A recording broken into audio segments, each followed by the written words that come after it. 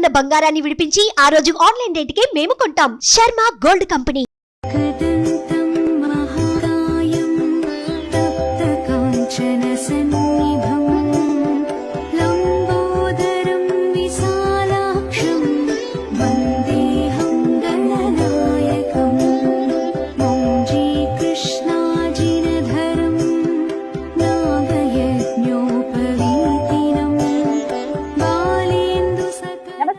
Welcome to Suman TV. నేను గీతాంజలి. దేవతల నుండి రాక్షసుల దాకా, స్వర్గలోకం నుండి పాతాళ లోకం వరకు మొదటి పూజలు అందుకునేటువంటి ఘనత, అర్హత ఆయనకు మాత్రమే సొంతం.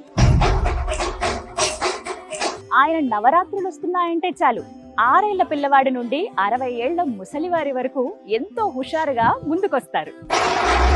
మనం తలపెట్టే ఏ పనిలోనూ విఘ్నం రాకుండా మనల్ని కాపాడుతూ వరాలను అందించేటువంటి ఆ వరసిద్ధి వినాయక స్వామి వారి సుప్రసిద్ధ క్షేత్రమైన కాణిపాకంలో మనం ఉన్నాం.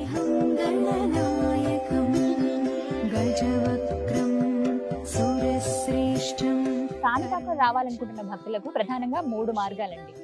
రోడ్డు మార్గం ద్వారా వచ్చేవారు బస్ నుంచి రావచ్చు, లేదంటే సొంతంగా కార్లు ఉన్న మనకి వెహికల్స్ ఉంటే అలా కూడా వచ్చేయచ్చు. రోడ్డు మార్గం చాలా బాగుంటుంది, తిరుపతి నుంచి అలాగే చిత్తూరు నుంచి కూడా. ప్రత్యేకించి బస్సులో రావాలనుకునే వాళ్ళకి ఏంటంటే చిత్తూరు నుంచి అలాగే తిరుపతి నుంచి కూడా బస్సులు మనకు అందుబాటులో ఉంటాయి. బస్ స్టేషన్ కూడా ఆలయం పక్కగానే ఉంటుందండి. కాణిపాకం వరసిద్ధి వినాయక స్వామి వారి ఆలయం పక్కనే. సో ఎక్కువ దూరం నడవాల్సిన అవసరం లేదు, చక్కగా అలా దిగి స్వామి దర్శనానికి వచ్చేయచ్చు. అలాగే మరొకటి ట్రైన్ మార్గం ద్వారా వద్దాం అనుకునే వాళ్ళకి ఏంటంటే అటు చిత్తూరు, మరొకటి తిరుపతి, అక్కడి నుంచి మళ్ళీ బస్ ఎక్కి కాణిపాకం చేరుకోవచ్చు.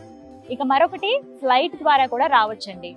ఇక దగ్గరగా ఉన్నదంటే మనకి తిరుపతి ఎయిర్పోర్ట్ మాత్రమే. అక్కడి నుంచి సొంత వెహికల్స్ లో రావచ్చు, కార్లు లేకుంటే మళ్ళీ అక్కడి నుంచి కూడా మనకి బస్సు సౌకర్యం ఉంటుంది కాణిపాకం వచ్చేందుకు. ఈ విధంగా కాణిపాకం ఆలయానికి చేరుకోవచ్చు.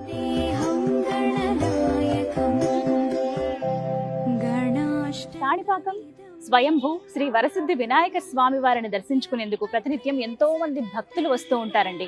ఇక ప్రత్యేకమైన విశేషమైన రోజుల్లో అయితే లక్షల్లో భక్తులు వస్తారనుకోండి. ఇక దర్శనం విషయానికి వస్తే శీఘ్ర దర్శనం, అతి శీఘ్ర దర్శనం అని ఉంటాయి. సుమారుగా 100 రూపాయలు, 150 రూపాయలు టికెట్ ఉంటుంది. లేదా మేము అంత వెచ్చించలేము అనుకునే వాళ్ళకి ఉచిత దర్శనం కూడా ఉంటుంది. ఇక స్వామివారి నిజరూప దర్శనం చేసుకోవాలంటే 100 రూపాయల టికెట్ అండి. ఎంత దివ్యంగా ఉంటారో స్వామి, ఎలాంటి ఆభరణాలు, ఆ వెండి తొడుగులు అవి ఏవి, కిరీటం కానీ ఏవి లేకుండా అలా స్వామిని ఆ నిజ రూపంలో చూడవచ్చు అనమాట. ఇలా ప్రత్యేకించి వేళలు ఉంటాయి, అవి మనం చూసుకుని మీరు డీటెయిల్ గా వెబ్సైట్ లో ఒకసారి చెక్ చేసుకుని రావచ్చు. అలా స్వామిని మీరు దర్శించుకోవచ్చు అనమాట. బాహుదా నదీ తీరంలో స్వయం వ్యక్తమైనటువంటి శ్రీ వరసిద్ధి వినాయక స్వామి వారిని దర్శించుకుని అలాగే ఈ క్షేత్ర మహత్యాన్ని కూడా తెలుసుకుందామా? మరి రండి.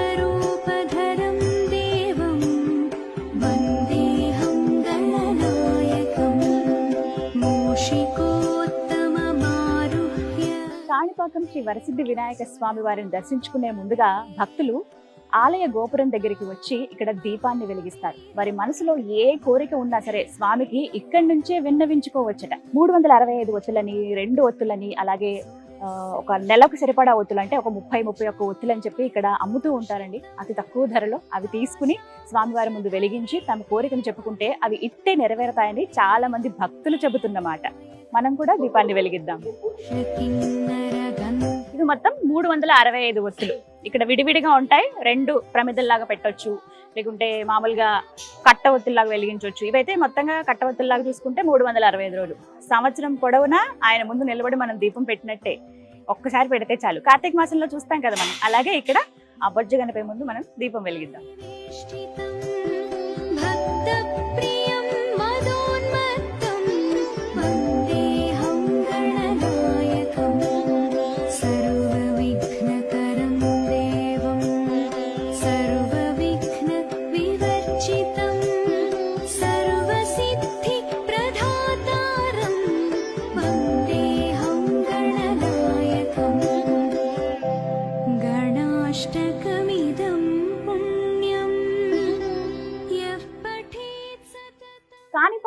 వరసిద్ధి వినాయక స్వామి వారి ఆలయ వేళలు ఉదయం 4 గంటల నుంచి రాత్రి 8:30 వరకు నిర్విరామంగా భక్తులకు దర్శనమిస్తూనే ఉంటాడు ఆ బొజ్జ గణపయ్య.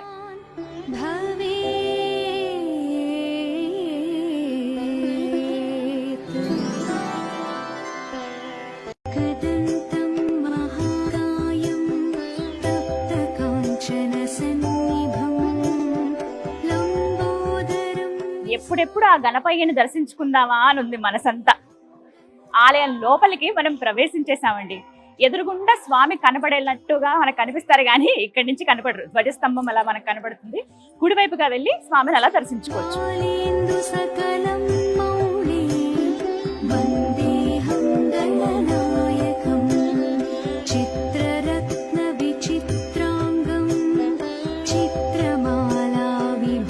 చక్కటి దర్శనం అయిందో స్వామి వారిది. 2 కళ్ళు సరిపోలేదు అంటే అది అతిశయోక్తి కాదేమో. నిజం, ఎంత బాగున్నారో స్వామి అయితే. ఎప్పుడు ఇలా వెంటనే వాస్తవానికి ఇది నేను దర్శనం చేసుకోవటం 2వసారి. అప్పుడు హడావిడిగా చూసుకుంటే అలా వెళ్ళిపోయాము, అంటే కంప్లీట్ టూర్ లో భాగంగా అరుణాచలం అని అక్కడక్కడ వెళ్ళడానికి అని చెప్పి. కానీ ఇవాళ అయితే చాలా ప్రశాంతంగా స్వామిని నేను దర్శించుకున్నాను. ఎంత బాగుంటాడండి ఆ గణపయ్య, అలా చూస్తూ ఉండిపోవాలనిపిస్తుంది. ప్రత్యేకంగా అడిగి మరి ప్రత్యేక పూజలాగా చేయించుకున్నాము. ఇలా ఫస్ట్ గర్భగుడిలోకి అడుగు పెడుతున్నాం, అంటే ఆలయ ప్రాంగణంలోకి వస్తున్నాం అనగానే ఒక అద్భుతమైన ఒక భావన మనల్ని అల్లుకుంటుంది. లోపలికి రావడమే ముందుగా మనం వీరాంజనేయ స్వామిని దర్శించుకోవాలండి.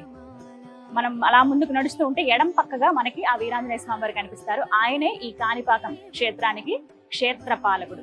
అలా ఆంజనేయ స్వామిని దర్శించుకుని దండం పెట్టుకుని, అయ్యా నేను గణపతిని దర్శించుకోవడానికి వెళ్తున్నాను, నా దర్శనం సుఖంగా సవ్యంగా జరిగేలా చూడు అని ముందుగా ఆయనకు విన్నవించుకుని అలా అడుగులో అడుగు వేసుకుంటూ ఓం గం గణాధిపతయే నమః అని ఆ స్వామిని తలుచుకుంటూ విఘ్నేశ్వరాయ నమః అనుకుంటూ నెమ్మదిగా అలా లోపలికి వెళుతుంటే ముందుగా వెండి ద్వారం మనకు కనపడుతుందండి. ఆ ద్వారం నుంచి కొద్దిగా లోపలికి వెళితే ఆహా ఆ మంగళమూర్తిని చూడవచ్చు.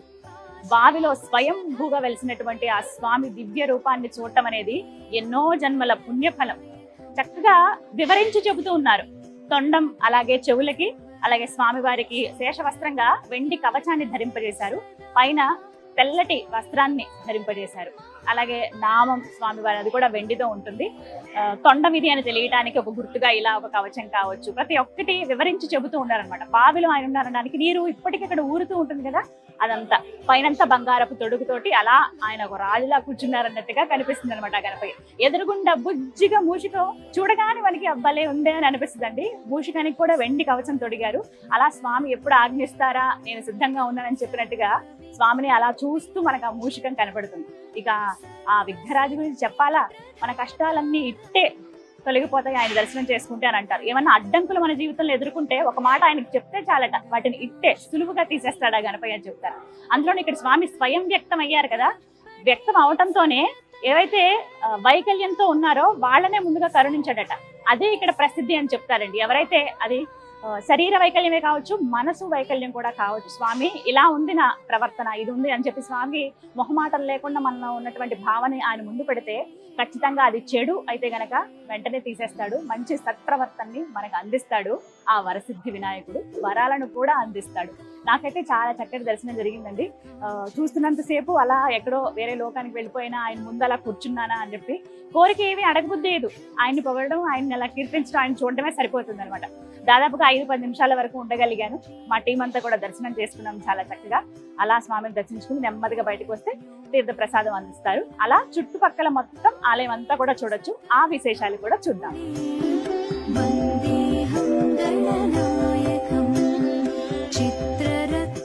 స్వామివారి ప్రసాదం నాకు అందజేశారు. ఇది ఎంతో భాగ్యంగా భావిస్తాను. పులిహోర అలాగే పరవాన్నం స్వామికి ఎంతో ఇష్టమట. ప్రతిరోజు వచ్చినా సరే మనకి ఈ ప్రసాదం అయితే ఉంటుంది. ప్రత్యేకమైన సమయాల్లో కుడుములు కూడా ఇస్తారట. చూద్దాం, ఇవాళ సాయంత్రం వరకు ఆలయం దగ్గరే ఉంటారు. అది అందుకునే భాగ్యం ఉంటుందేమో మరి. అని చాలా అదృష్టం ఇది స్వామివారి ప్రసాదం ఇలా తీసుకోవడం అనేది.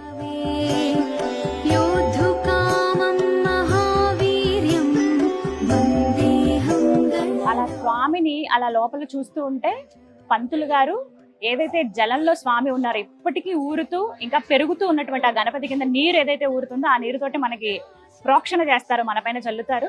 అలాగే గంధం బొట్టు కూడా పెడతారు. ఇదిగో నాకు పెట్టారు ఇలా. సత్య ప్రమాణాల స్వామి అని ఈ స్వామి వారికి పేరు.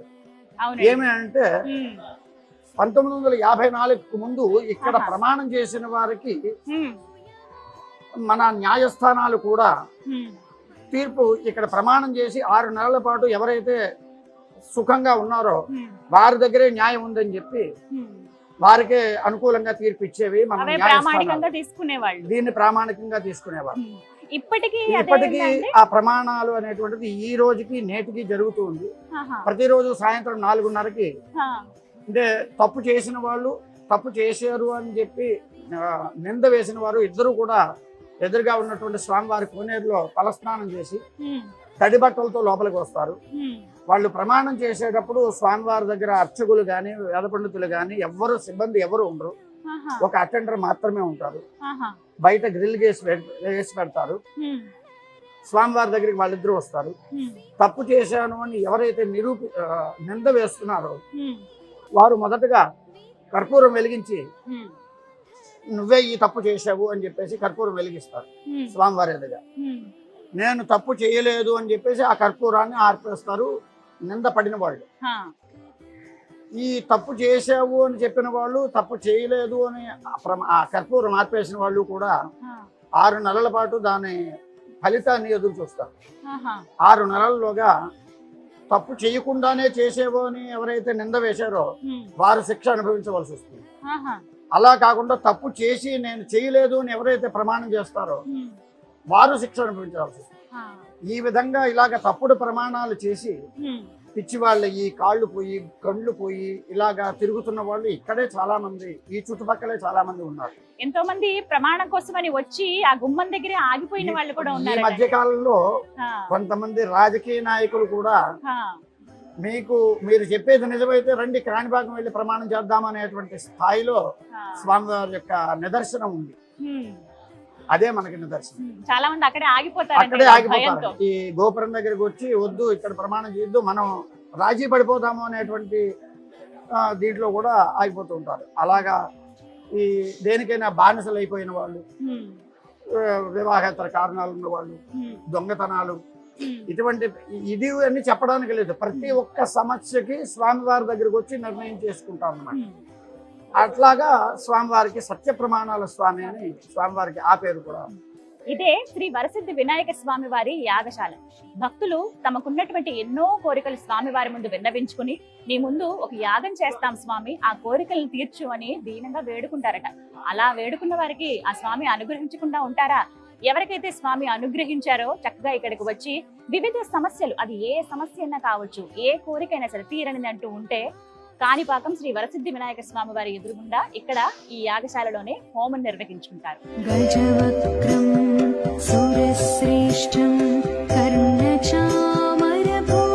ఆ బొజ్జ గణపయ్యను దర్శనం చేసుకుని అలా బయటికి నడుచుకుంటూ వస్తే అద్దాల మండపంలో ఉత్సవమూర్తులు అలా కొలువై ఉన్నారండి.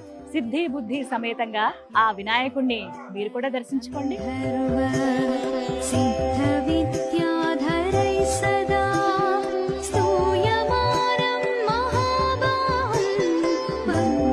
విఘ్నాలను తొలగించే ఆ విఘ్నేశ్వరుడి ఆలయ ఆవరణలోనే దోషాలను తొలగించే నవగ్రహాలు మనకి దర్శనమిస్తాయి. ఒక్కసారి ఆ నవగ్రహాలకు దండం పెట్టుకుని దీపం వెలిగించి వెళుతూ ఉంటారు భక్తులు. ఆదిత్యాయ సోమాయ మంగళ బుధాయ చ గురు శుక్ర శనిభ్యశ్చ రాహవే కేతవే నమః.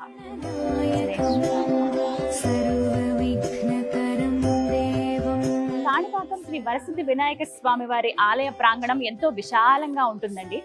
ఆలయం ఇప్పుడంటే ఇంత సుందరంగా భవ్యంగా ఉంది, కానీ ఇంతకు ముందు కాస్త చిన్నదిగా ఉండేది.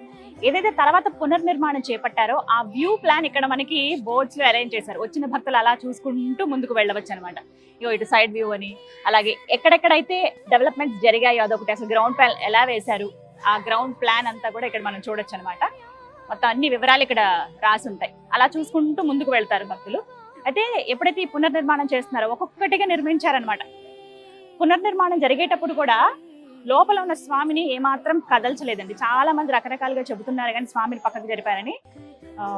అర్చకులు ఎవరైతే ఉన్నారో వాళ్ళు లేదు ఇది జరిగిందని వివరించారు. మేము కూడా అడిగాం ఇదేనా అంటే లేదమ్మా, అసలు కనీసం అక్కడికి కూడా దగ్గరికి కూడా తాకనివ్వకుండా, ఎందుకంటే స్వామి స్వయంభూ కాబట్టి ఆయన ఏమాత్రం కదపకుండా చుట్టూ నిర్మాణం అయితే జరిగిందని వివరించారు. అవన్నీ కూడా ఇక్కడ మనం పిక్చర్స్ లో చూడొచ్చు.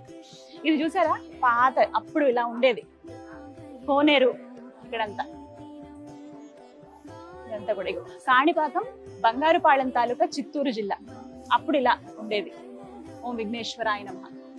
అలా ఒక్కొక్క స్టేజ్ అన్నమాట ఇది డెవలప్ అవ్వకుంటూ వచ్చింది. దానికి సంబంధించిన పిక్చర్స్ చూడొచ్చు మనం. ఇక ఇక్కడికి వస్తే మనకి స్థల పురాణం, అసలు స్వామి ఇక్కడ ఎలా వెలిసారు, స్వయంభూ అని చెప్తారు కదా. ఎన్నో కథనాలు మనం వినుంటాము, ఎన్నో సీరియల్స్ లో కావచ్చు, సినిమాల్లో కావచ్చు చూసుంటారు చాలా మంది. ఇక ఇక్కడికి వస్తే స్వామివారి స్థల పురాణం ఉంటుందండి. పూర్తిగా అసలు స్వామి ఎలా ఉద్భవించారు, ఆయన మహిమలు ఏంటనేది ఇక్కడ మనకి క్షిప్తం చేశారనమాట. చక్కగా దీని మీద మనం చూడొచ్చు. ఈ బోర్డు పైన ప్రతి ఒక్కటి నీట్ గా రాసి ఉంచారు. వివరంగా చెప్పాలనంటే చిత్తూరు జిల్లా ఐరాల మండలం కిందకి వస్తుందండి ఈ కాణిపాకం. అయితే ఇదివరకు ఏంటంటే ఈ ప్రాంతం అంతా కూడా ఎంతో కరువు కాటకాలతో ఉండేదంట. కనీసం తాగడానికి నీళ్లు కూడా లేనటువంటి పరిస్థితి. అయితే ఈ ప్రాంతానికి చెందినటువంటి 3 అన్నదమ్ములు వాళ్ళు వైకల్యంతో జన్మించారు. వాళ్ళకు ఉన్నటువంటి వైకల్యం ఏంటంటే, ఒకరికేమో చెవులు సరిగ్గా వినిపించవు, మరొకరికి మాట రాదు మూగవారు, మరొకరికి కంటి చూపు లేదు. ఈ విధంగా వీళ్ళు అలా ఉన్నా కూడా చాలా అన్యోన్యంగా ఉండేవాళ్ళు. ఊరి బాగు కోసం వాళ్ళు ఎప్పుడు పరితపించేవాళ్ళు. వాళ్ళ 3కి కూడా ప్రధాన వృత్తి వ్యవసాయమే. అయితే ఇలా కరువు కాటకాలతో ఉంది. మన పొలం దగ్గర ఒక బావి కూడా ఉంది కదా, ఒకసారి ఇంకా తవ్వి చూద్దాము లోతు, అందులోంచి నీరు వస్తాయేమో, ఒకసారి ఆ దేవుడికి దండం పెట్టుకుని పని చేద్దామని అనుకుంటారట. అలాగా వాళ్ళు ఆ స్థితిలో ఉన్నా కూడా మంచి మనసుతో ఉన్న వాళ్ళు వెళ్ళి ఆ నుయ్యి ఏదైతే ఉంటుందో ఆ బావి అది తవ్వటం ప్రారంభించారట.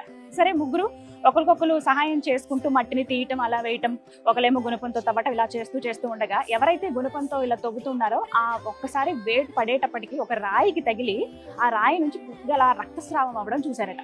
అందరికీ భయం వేసింది, 3కి కూడా. ఏంటిలా ఒక రాయి నుంచి రక్తం రావడం ఏంటని చెప్పి పరిగెట్టుకుంటూ వెళ్ళి ఊర్లో వాళ్ళందరికీ చెప్పారట, ఇలా వచ్చింది. ఇది ఎంత కట్టు కదా, అలా ఎలా ఉంటుంది అనుకున్నారట. లేదు నిజం, నేను చెప్పేది రండి అనేటప్పటికీ వాళ్ళు వచ్చేటప్పటికే మొత్తం అందులోంచి నీరు వచ్చాయి. అలాగే ఆ రాతి నుంచి వచ్చినటువంటి రక్తంతో ఎర్రగా ఆ నీరంతా మారిపోయిందట.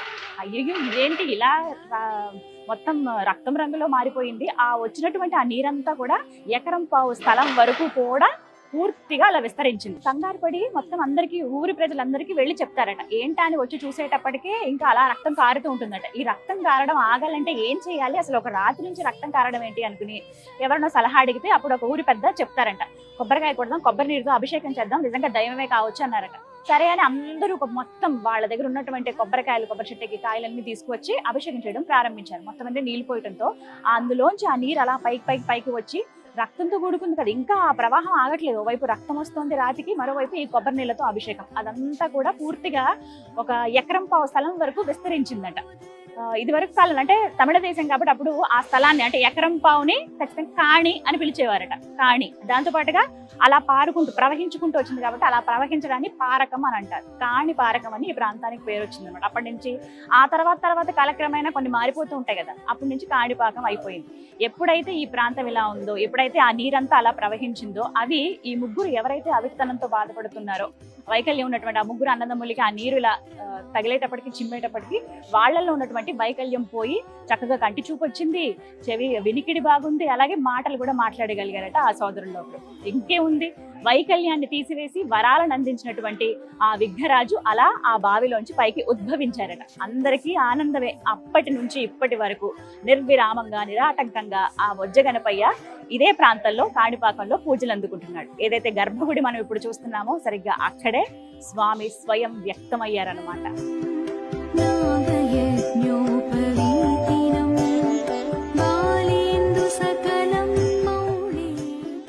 కాణిపాకం శ్రీ వరసిద్ధి వినాయక స్వామి వారు అంతకంతకు పెరుగుతున్నారు అనడానికి నిదర్శనాలే ఈ తొడుగులండి. ఈ వెండి తొడుగులు ఏవైతే కనబడుతున్నాయో స్వామి వారికి విశేష పూజలు జరిగేటప్పుడు, విశేష ఉత్సవాలప్పుడు, బ్రహ్మోత్సవాలప్పుడు తొడుగుతారనమాట. అయితే ఒక్కసారి దగ్గరికి రండి, మీకు ఒక విషయం చూపిస్తాను. ఈ చిన్నగా ఏదైతే మీకు కవచం కనబడుతోందో ఆ కవచం ముందు కొన్ని సంవత్సరాల ముందు స్వామి వారికి చేయించారట.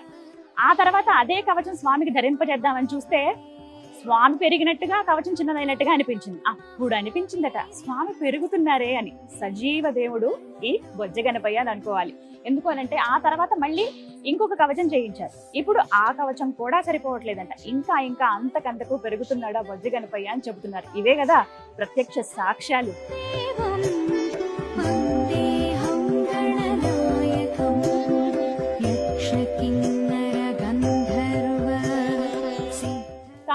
శ్రీ వరసిద్ధి వినాయక స్వామి వారికి నిత్య కళ్యాణం జరుగుతుందండి.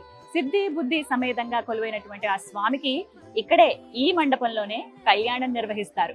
ప్రత్యేకించి ఈ చుట్టుపక్కల గ్రామాల ప్రజల నమ్మకం ఏంటో తెలుసా? ఆ విఘ్నేశ్వరుడి ఎదురుగుండా గనక మేము వివాహం చేసుకుంటే ఆ జంట కలకాలం ఎంతో అన్యోన్యంగా ఉంటారనేది ఒక నమ్మకం.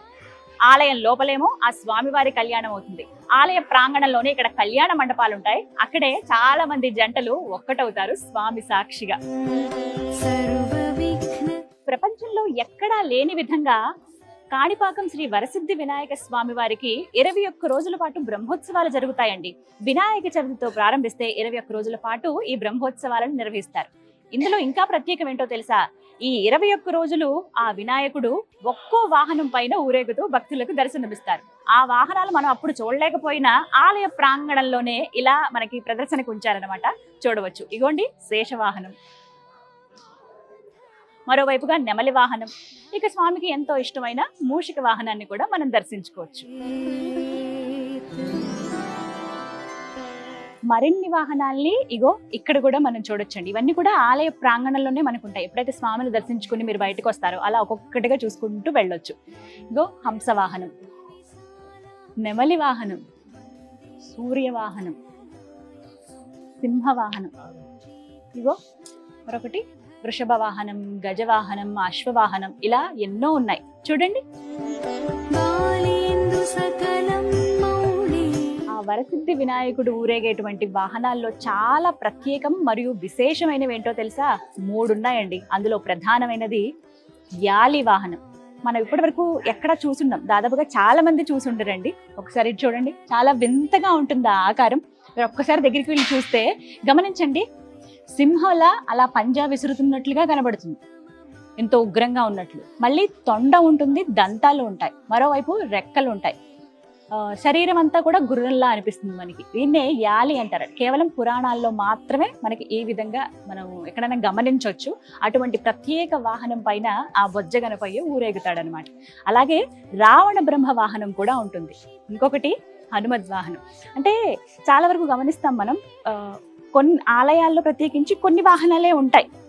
సాధారణంగా వినాయకుడు ఉండేది మూషికం, కానీ ఇన్ని వాహనాల పైన ఆ 21 రోజుల పాటు ఊరేగి భక్తులకి దివ్య దర్శనాన్ని అందిస్తాడు కాణిపాకం శ్రీ వరసిద్ధి వినాయక స్వామి.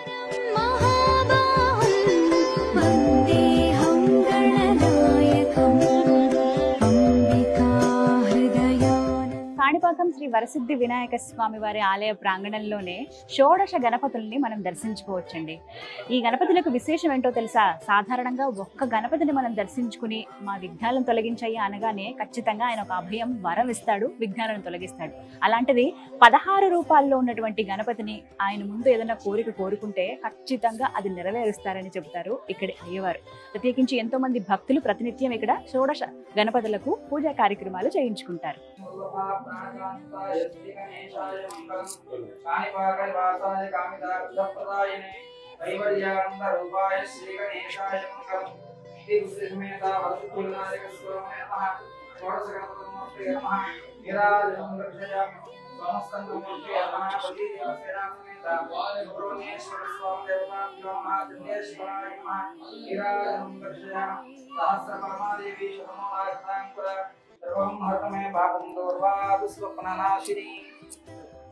శ్రీ మహాగణాధిపతయే నమః. స్వయంభూ శ్రీ వరసిద్ధి వినాయక స్వామి వారి దేవస్థానం కాణిపాకం.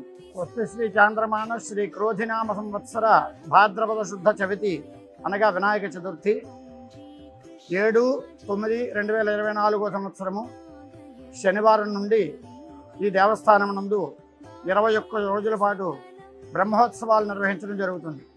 ఈ బ్రహ్మోత్సవాల్లో భాగంగా 7వ తేదీన శనివారం నాడు శ్రీ స్వామివారికి మూల విరాట్కి ప్రత్యేక అభిషేకము, వివిధ పుష్పాలంకరణాన్ని జరుగుతాయి. మరుసటి రోజు అంటే 8వ తేదీ ఆదివారం ఉదయం 9 గంటల నుండి 10 గంటల మధ్య తులాలగ్నం నందు ధ్వజారోహణం చేయడం జరుగుతుంది. ఆ రోజు నుంచి నవరాత్రి ఉత్సవాలు ప్రారంభమవుతాయి. ఈ ధ్వజారోహణ నుండి నవరాత్రి ఉత్సవాలు 16వ తేదీ వరకు అంటే సెప్టెంబర్ 16వ తేదీ వరకు నవరాత్రి ఉత్సవాలు జరుగుతాయి. 16వ తేదీన ధ్వజ అవరోహణ జరుగుతుంది. తర్వాత 17వ తేదీ నుంచి ప్రత్యేక ఉత్సవాలు 27వ తేదీ వరకు నిర్వహించడం జరుగుతుంది. ఈ బ్రహ్మోత్సవాలన్నీ కూడా ఈ చుట్టుపక్కల ఉన్నటువంటి 14 గ్రామాలకు సంబంధించినటువంటి భక్తులు వారే ఉభయదారులుగా పూర్వకాలం నుండి వారే ఇక్కడ ఈ బ్రహ్మోత్సవాలు నిర్వహించడం జరుగుతూ వస్తూ ఉంది. ప్రతి సంవత్సరం కూడా వారే ఈ సంవత్సరం బ్రహ్మోత్సవాలు ఎలా నిర్వహిద్దాము అనేటువంటి దాని గురించి ఒక సమావేశం ఏర్పాటు చేసుకున్నారు గత నెలలో. ఈ సంవత్సరం కూడా బ్రహ్మాండంగా అంగరంగ వైభవోపేతంగా బ్రహ్మోత్సవాలు నిర్వహించడానికి వారు నిర్ణయం తీసుకుని దేవస్థాన అధికారులు వారికి చెప్పి ఈ విధంగా నిర్వహించండి అని వారికి చెప్పడము, ఆ విధంగా కావలసిన వారు చెప్పినటువంటి విధంగా బ్రహ్మోత్సవాల నిర్వహణకి ఏర్పాట్లు చేయడం జరిగింది. ఈ 14 రోజులు, ముందు 9 రోజులు, తర్వాత 11 రోజులు కూడా మొత్తం 21 రోజులు కూడా ఒక్కొక్క రోజు ఒక్కొక్క కులానికి సంబంధించినటువంటి ఒక్కొక్క గ్రామానికి సంబంధించినటువంటి ఉభయదారులుగా వ్యవహరించి ఉదయం స్వామివారికి అభిషేకము, వివిధ రకాలైనటువంటి పూజలు నిర్వహించి రాత్రి గ్రామోత్సవాలు నిర్వహించి చేయడం ఈ బ్రహ్మోత్సవాల యొక్క విశిష్టత. ఈ కాణిపాకంలో మాత్రము ఈ ఉభయదార వ్యవస్థ ద్వారానే బ్రహ్మోత్సవాలు నిర్వహించడం జరుగుతుంది. అందులోకి గాను కావలసినటువంటి ఏర్పాట్లన్నీ దేవాదాయ శాఖ మంత్రి గారి ద్వారా, మన రాష్ట్ర ముఖ్యమంత్రి గారి ద్వారా నిన్న బ్రహ్మోత్సవ పత్రం ఆవిష్కరించడం జరిగింది. దానికి కావలసిన ఏర్పాట్లు వారి సూచనల ద్వారా ఏర్పాట్లన్నీ చేయడం జరిగింది. ఆలయ ప్రాంగణంలోనే ఒకవైపుగా నుంచుని మనం చూస్తే పూర్తిగా ఆలయం అంతా కూడా ఎంతో అద్భుతంగా కనిపిస్తుందండి. ఆ నిర్మాణ శైలి ఎంతో సుందరంగా ఉంటుంది. మీరు వీక్షించండి.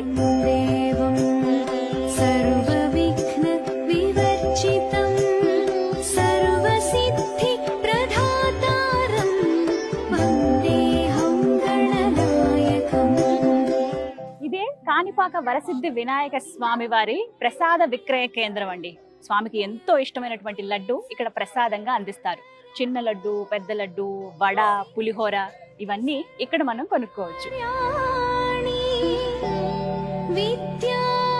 కాణిపాక వరసిద్ధి వినాయక స్వామి వారి క్షేత్రాన్ని హరిహర క్షేత్రం అని కూడా అంటారండి. ఎందుకో తెలుసా? ఈ స్వామి ఇక్కడ ఉద్భవించే కంటే ముందే వరదరాజ స్వామి వారి ఆలయం ఇక్కడ ఉండేది. అలాగే మణికంఠేశ్వరుడి ఆలయం కూడా. ఆ విఘ్నేశ్వరుడి దగ్గరే మనం వరదరాజస్వామిని అలాగే మణికంఠుణ్ణి కూడా దర్శనం చేసుకోవచ్చు.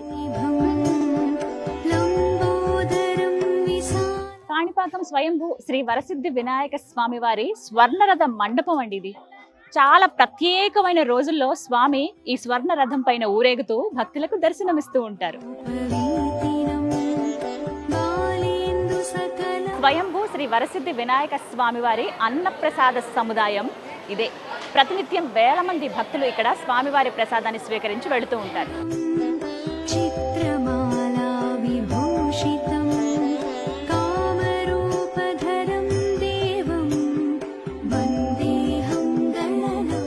కాణిపాకం వరసిద్ధి వినాయక స్వామిని దర్శించుకోవడానికి దేశ విదేశాల నుంచి భక్తులు వస్తూ ఉంటారండి. ప్రత్యేకంగా ఇతర మతస్థులు కూడా ఈ స్వామిని దర్శించుకోవడానికి వస్తారంటే అది అతిశయోక్తి కాదు.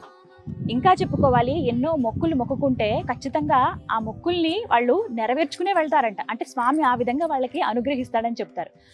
అలా ఎవరైతే వాళ్ళ మొక్కులు తీరాయి అనుకుంటారో వాళ్ళు స్వామికి తల నీలాలు సమర్పిస్తారు. ఇక్కడ కళ్యాణ కట్ట కూడా ఉంటుంది.